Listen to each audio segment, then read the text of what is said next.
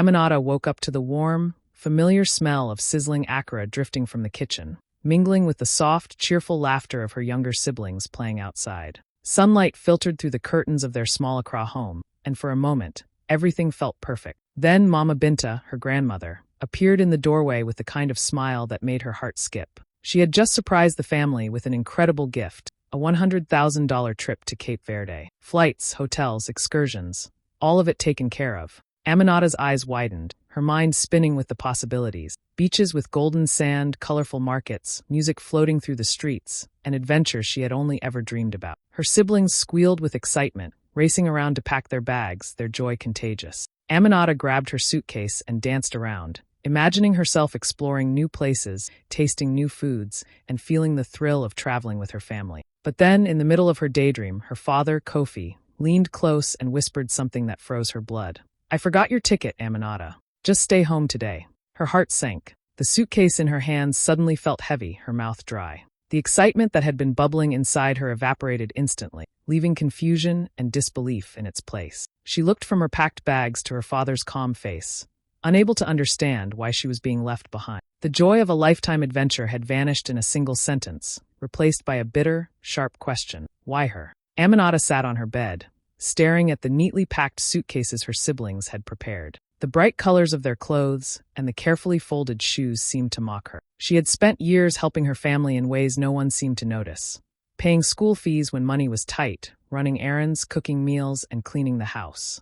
She had always done it quietly, expecting nothing in return, believing that love and effort were enough to keep her close to her family. But now, as she watched them rush around with laughter and excitement, a sharp sting of hurt settled deep in her chest. It wasn't just the trip or the money that upset her. The $100,000 vacation was extravagant, yes, but what cut the deepest was the message it sent. She didn't matter. Her father had chosen to forget her ticket, leaving her behind, as if she were invisible. Aminata felt a mix of anger and sadness she hadn't allowed herself to feel before. Every chore she had done, every sacrifice she had made, suddenly seemed unnoticed. Her siblings, who hadn't had to think twice about anything, were going to enjoy what should have been a shared family adventure, while she sat out, sidelined and excluded. She replayed memories in her mind. Late nights studying while her siblings watched TV, missing out on school trips so she could contribute to household expenses, carrying heavy grocery bags with a smile, all while hoping that her efforts would make her family see her, appreciate her. And yet, here she was, packed suitcase ready, excitement stifled, left behind for reasons she couldn't understand. The betrayal was quiet but crushing, like a shadow creeping over everything she had believed about love and family. Aminata clenched her fists and took a deep breath. She refused to let this moment define her entirely, but she couldn't ignore the hurt either. Feeling invisible in your own home, in your own family, was a pain she hadn't anticipated. She realized this was more than a missed vacation. It was a reminder that she had to fight for her place, to assert that her contributions mattered, and that being overlooked would no longer be an option. In the quiet of her room, surrounded by the echoes of laughter outside, Aminata made a decision. She would not let this betrayal go unanswered. Aminata couldn't keep the hurt to herself. That evening, she quietly slipped out of her room and found her cousin Nia sitting on the porch, sketching in her notebook. Nia had always been protective of her, the kind of cousin who noticed when something was wrong before anyone else did. Aminata hesitated for a moment, twisting her hands together, then let the words spill out. She told Nia about the trip, the excitement, and then the crushing moment when her father told her she wasn't going. She spoke about the long years of helping the family, the feeling of being invisible, and the sharp sting of betrayal. Nia listened, her eyes narrowing slightly, a frown tugging at her lips. "That doesn't sound right," she said finally. "You deserve to go. Let's find out why your father left you out. Maybe it wasn't an accident." Her voice was firm but kind, and Aminata felt a spark of hope for the first time since the morning. Together, they began to dig. They started with the travel documents, flight confirmations, hotel bookings, and excursion plan, anything that might hold a clue. Nia suggested checking bank transfers, payments made to travel agencies, and even old emails that might reveal instructions or decisions about the trip. As they sifted through the papers and messages, Aminata's heart sank and lifted at the same time. There were subtle hints everywhere, extra attention paid to her siblings' booking, notes about preferences in excursions, and casual remarks that suggested someone had deliberately overlooked her. The more they uncovered, the more Aminata realized this wasn't just forgetfulness. There were patterns of favoritism, small but deliberate actions that excluded her. Each paper and message felt like a piece of a puzzle finally falling into place. Nia's calm, methodical approach made Aminata feel less alone and more determined. They took notes, saved screenshots, and made copies of everything that seemed even slightly unusual. As the night stretched on, the two cousins whispered and plotted quietly, the room filled with the soft glow of a desk lamp and the occasional shuffle of papers. Aminata began to feel a strange mix of empowerment and anxiety. Empowered because she was no longer passively suffering, anxious because confronting family was never easy. But with Nia by her side, someone who had always believed in her, Aminata felt ready to face the truth. By the time they put away the last of the documents, Aminata knew one thing clearly. She wasn't invisible, and she wouldn't let anyone treat her that way again. The evidence they had gathered was the first step in reclaiming her place, and she felt a small but steady surge of courage. For the first time since the morning announcement, the fire of determination in her chest matched the excitement she had once felt for the trip, and this time, she was ready to fight for what was hers. Aminata sat cross-legged on her bedroom floor, laptop open and heart pounding, as she scrolled through the emails she and Nia had gathered. It didn't take long for her to find the one that made her stomach twist. There it was, an email from her father to the travel agency, dated just a week before the trip. The words seemed to mock her even on the screen. He had claimed her ticket was lost, and casually suggested that she just stay home. Her hands shook as she read it again. This wasn't forgetfulness. This was deliberate. Someone had actively tried to keep her from going, and that someone was her father. For a long moment, Aminata just stared at the screen, feeling a mix of anger, hurt, and disbelief. She thought about the years she had given to her family, the quiet sacrifices no one seemed to notice, and now the blatant attempt to exclude her. Her mind raced with questions, but one thing was clear. She couldn't ignore this. She couldn't let him write her out of something that was hers, something she had every right to enjoy. Then, as if the universe wanted to balance the injustice, she discovered another email from her grandmother, Mama Binta. Her heart lifted when she read it. Mama Binta had secretly reserved a suite in Aminata's name. VIP arrangements, personalized excursion, and a plan to ensure Aminata could enjoy the trip no matter what her father did. A surge of relief washed over her, mixed with awe at her grandmother's quiet determination. While her father had tried to sideline her, her grandmother had been quietly protecting her all along. Aminata shared the findings with Nia, who clapped her hands softly, eyes wide. See, you have every right to go. You have the evidence you need, Nia said. The thought of confronting her father suddenly didn't seem so scary. The anger that had been simmering inside Aminata now fueled her determination. She realized that this was bigger than just a trip. It was about respect, fairness, and being seen. As she leaned back against the wall, Aminata felt a strange mix of emotions. Betrayal from her father, yes, but also a newfound strength. She wasn't powerless. She had the truth on her side, and she had allies who believed in her. The pieces of the puzzle were falling into place, and with each discovery, her resolve grew stronger. She would not let anyone deny her what was hers. Not quietly, not politely, and certainly not unfairly. That night, as the city of Accra hummed outside her window, Aminata made a silent promise to herself. She would face her father, present the truth, and claim her place on the trip. The hidden truths she had uncovered weren't just emails and bookings. They were a lifeline, a reminder that even in the midst of betrayal, someone was watching out for her, and she had every right to stand up for herself. Aminata and Nia sat at the small kitchen table, papers spread out, laptops open, and pens ready. The house was quiet, the only sounds coming from the hum of the ceiling fan and the occasional distant laughter of her siblings packing. Aminata felt a mix of nerves and determination, knowing the moment to confront her father was coming. Nia leaned over, pointing at flight confirmations and bank transfers, and said, "We need a plan, step by step. You can't just storm in there. You need to be calm, clear, and strong." They started by listing everything Aminata needed to prove. There were the emails from her father claiming her ticket was lost, the payments and confirmations from her grandmother, screenshots of communications with the travel agency, and even notes about her past contributions to the family. Nia insisted they organize it all chronologically, so there would be no room for denial. "We need the facts in order," she said, "so when you speak, it's impossible for him to argue." Next, they practiced how Aminata would approach the conversation. She would be firm but respectful, speaking confidently without letting anger take over. Nia suggested writing down key points.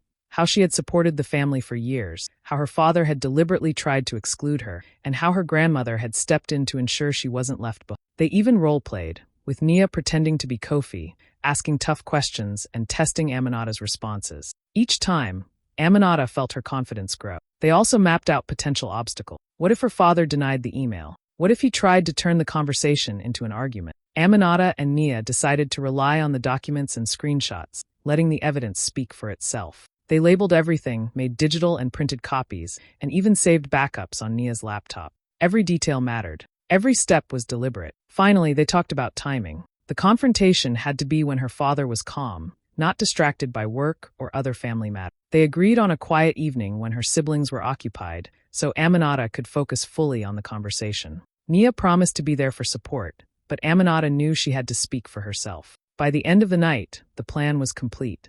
Aminata looked around at the organized stack of documents and felt a surge of determination. She wasn't just preparing for a trip anymore. She was preparing to claim her worth, to assert herself in a family that had overlooked her. The step-by-step plan made the impossible feel possible. She could feel the fire of confidence building inside her. This wasn't just about Cape Verde. It was about finally being seen, finally being heard, and finally standing up for herself. And with Nia by her side, Aminata knew she was ready for whatever came next. That evening, the house felt heavier than usual. The laughter of her siblings had faded as Aminata called her father, Kofi, into the living room. Her heart thumped in her chest, but she forced herself to take a deep breath and stand tall. Nia was quietly beside her, a reassuring presence, but Aminata knew she had to speak for herself. This was her moment, to be seen, to be heard, and to demand what was rightfully hers. Her father sat on the sofa, looking calm, maybe even a little confident. Aminata opened her folder and pulled out the first document, her hotel reservation.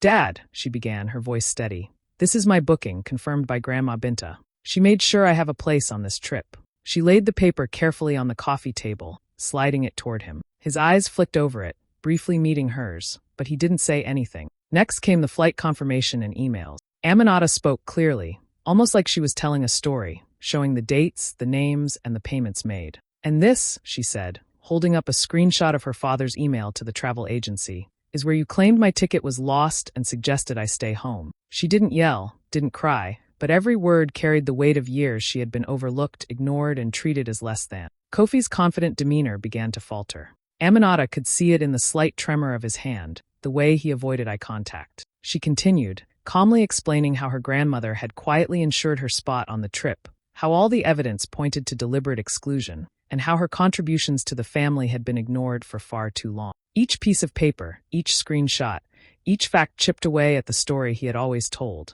that she was somehow less deserving. By the time she finished, the room was quiet except for the hum of the ceiling fan. Aminata looked at her father directly, her chest tight but her voice unwavering. "I worked just as hard. I've always been part of this family. I deserve to be included, Dad. I'm not asking for a favor. I'm claiming what's mine." Kofi sat back, his face pale and rigid, finally unable to argue against the evidence laid out before. The narrative he had long held, that Aminata was somehow less important, had crumbled under the clarity of facts. Aminata's calm strength, paired with undeniable proof, left no room for denial. For the first time in years, she felt a sense of power that wasn't about anger, but about being seen for who she truly was. She had spoken, presented the truth, and held her ground. In that tense evening, Aminata realized that this confrontation wasn't just about a trip to Cape Verde. It was about reclaiming her place in her family, standing up for herself, and proving that she mattered. And in that moment, she did. Just as the tension in the living room seemed unbearable, Mama Binta stepped forward, her eyes soft but steady. "Kofi," she said quietly, "Aminata has always been part of this family, and no one should ever make her feel otherwise." She held up a set of papers and smiled at Aminata. "I made sure your place on this trip was secure, even if your father forgot." Aminata felt a rush of relief and gratitude as she looked at her grandmother. The stack of documents included flight tickets, hotel reservations, and a full itinerary, all under her name. Not just a regular booking, but VIP arrangements, private excursions, and personalized experiences that made it clear Mama Binta had gone to great lengths to protect her. She had been quietly planning this for weeks, ensuring Aminata wouldn't be left behind, even if her father tried to exclude her. Kofi's face drained of color. He shuffled in his seat, speechless, staring at the proof in front of him. The room was silent for a few long seconds as the weight of Mama Binta's careful intervention sank in. Aminata could feel the tension shift, the power in the room realigning. The story her father had tried to write, that she was less important, less deserving, crumbled instantly. Her siblings stared wide-eyed, realizing for the first time that Aminata had been overlooked not because of lack of effort or love, but because someone had decided to ignore her. The revelation highlighted how much she had contributed, how much she mattered, and how carefully her grandmother had been watching out for her all along. It was a moment of quiet triumph, a validation of years of work, patience, and resilience. Mama Binta smiled at Aminata, a warm, knowing expression that carried generations of wisdom. "You belong, child," she said simply. "Never doubt your place in this family, or anywhere else you decide to go." Aminata felt tears prick at her eyes. It wasn't just about the trip anymore. It was about recognition, about finally being seen and valued. For Kofi, the lesson was unavoidable. He had tried to erase Aminata from the adventure, but the evidence, combined with his mother's intervention, made it clear he had underestimated. Aminata's worth could not be ignored, and no amount of oversight or favoritism could erase it. That evening, the family gathered around, a mix of relief, awe, and a touch of awkwardness hanging in the air. Aminata finally felt the excitement of the trip return, stronger than before. She wasn't just going to Cape Verde. She was going with the knowledge that she mattered, that she had allies, and that her place in the family was undeniable. Mama Binta's secret move had not only secured her ticket, but had given Aminata something far more important: the affirmation of her value and the courage to claim it. After the confrontation and her grandmother's reveal, Aminata felt a mix of relief and pride. The story of her exclusion, and her quiet triumph, began to spread through the family and her wider circle in Accra. Friends, neighbors, cousins, and even distant relatives started talking about it, curious and impressed by how she had handled the situation. People who had never spoken up about family politics now found themselves inspired by her courage. Aminata decided to share her story on social media, not out of anger, but to inspire others who might be facing similar situations. She wrote honestly about the pain of being overlooked, the shock of her father's exclusion, and the determination it took to stand up for herself. She highlighted the importance of recognizing one's own value, even when those closest to you seem to forget it. Her words were simple but powerful, a message of resilience, self-worth, and the courage to act even in difficult family situations. The response was immediate and overwhelming. Friends commented with support, sending messages of encouragement and admiration. Neighbors who knew her family personally reached out, expressing surprise at what had happened, but respect for how she handled it. Even distant relatives she hadn't spoken to in years messaged her, sharing their own experiences of feeling overlooked and praising her bravery. Each message reminded Aminata that she wasn't alone and that her voice mattered. People began to repost her story, and soon, her experience was being discussed in wider circles. Aminata realized that by speaking up, she had not only claimed her rightful place on the trip, but had also given others the courage to stand up for themselves. Her experience became a quiet kind of movement, proof that self-respect and persistence could break through family dynamics that often go unquestioned. Through all the attention, Aminata stayed grounded. She responded to messages, thanked those who supported her, and encouraged others to value themselves. Her story wasn't just about exclusion and triumph. It was about the power of speaking truth to those who have underestimated you, and about how support, when offered and accepted, can transform a painful moment into something empowering. By the end of the week, Aminata felt a new sense of confidence. She had turned what could have been a humiliating, isolating experience into one of public recognition and empowerment. The support, love, and validation from her friends, neighbors, and extended family reminded her that her worth was never tied to anyone else's opinion, and that standing up for herself had opened doors she hadn't even realized were closed. It was more than a victory. It was proof that resilience, courage, and self-belief could change not just her life, but inspire those around her. When Aminata finally arrived in Cape Verde, it felt like stepping into a dream she had never thought would come true. The sun glinted off the golden beaches, and the sound of waves crashing against the shore made her heart race with excitement. Every moment was new and thrilling, from wandering through colorful local markets filled with spices, handmade crafts, and vibrant fabric, to tasting foods she had never tried before. She joined music and dance events, laughing and moving to rhythms that felt alive in her chest. For the first time in years, Aminata felt completely free, fully present in the joy around her. Her siblings, who had once treated the trip as just another family adventure, began to see a different side of her. Aminata moved through each day with confidence and independence that hadn't been there before. She spoke up about which excursions she wanted to take, negotiated for special activities, and even led small group outings. Her laughter was genuine, no longer shadowed by the hurt she had felt at home. Slowly, her siblings started paying attention, not just to the activities, but to her energy, her choices, and her ability to shine on her own. The luxury of the trip was enjoyable, but Aminata's happiness went beyond that. Each sunrise she watched over the ocean, each new taste she discovered, and each conversation she had with locals felt like reclaiming pieces of herself that had been overlooked for so long. She realized that the trip wasn't just about seeing new places. It was about asserting her presence, her value, and her right to joy. Every decision she made, every smile she shared, reinforced her sense of self-worth. Aminata also noticed subtle changes in how her family treated her. Her father, once so quick to dismiss her, seemed hesitant, almost in awe, as he watched her navigate the trip with ease and confidence. Her siblings laughed with her, listened when she suggested ideas, and even asked for her opinion in ways they hadn't before. Aminata didn't let this shift her focus.